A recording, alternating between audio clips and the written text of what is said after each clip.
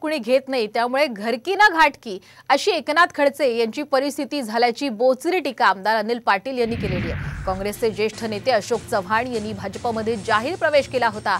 या पक्षप्रवेशानंतर एकनाथ खडसे ही भाजपच्या वाटेवर असल्याची चर्चा होती।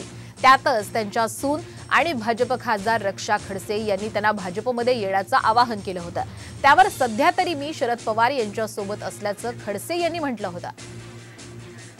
भारतीय जनता पार्टीत असल्यामुळे मी भारतीय जनता पार्टी यावं अशी अपेक्षा व्यक्त केली आहे, पण मला भारतीय जनता पार्टीमध्ये आज तरी प्रवेश करायचा नाहीये।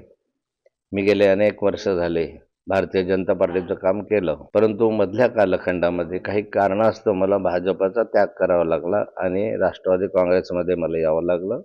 आता माननीय शरद पवार साहेबांचं नेतृत्व मी मान्य केलेलं आहे, त्यामुळे शरद पवार साहेबांबरोबरच मी पुढच्या कालखंडामध्ये राहणार आहे। आता खडसे साहेबांची परिस्थिती घरकाना घाटका अशी झालेली आहे। या ठिकाणी त्यांना कुठलं भवितव्य दिसत नाहीये आणि भारतीय जनता पार्टीमध्ये कोणी त्यांना घेत नाहीये, त्यामुळे जावं तरी कुठे जावं अशी परिस्थिती खडसे साहेबांची झालेली आहे। त्यामुळे जिल्ह्यामध्ये आज तरी दिशाहीन कुठलं नेतृत्व जर का असेल तर ते आदरणीय खडसे साहेब आहेत।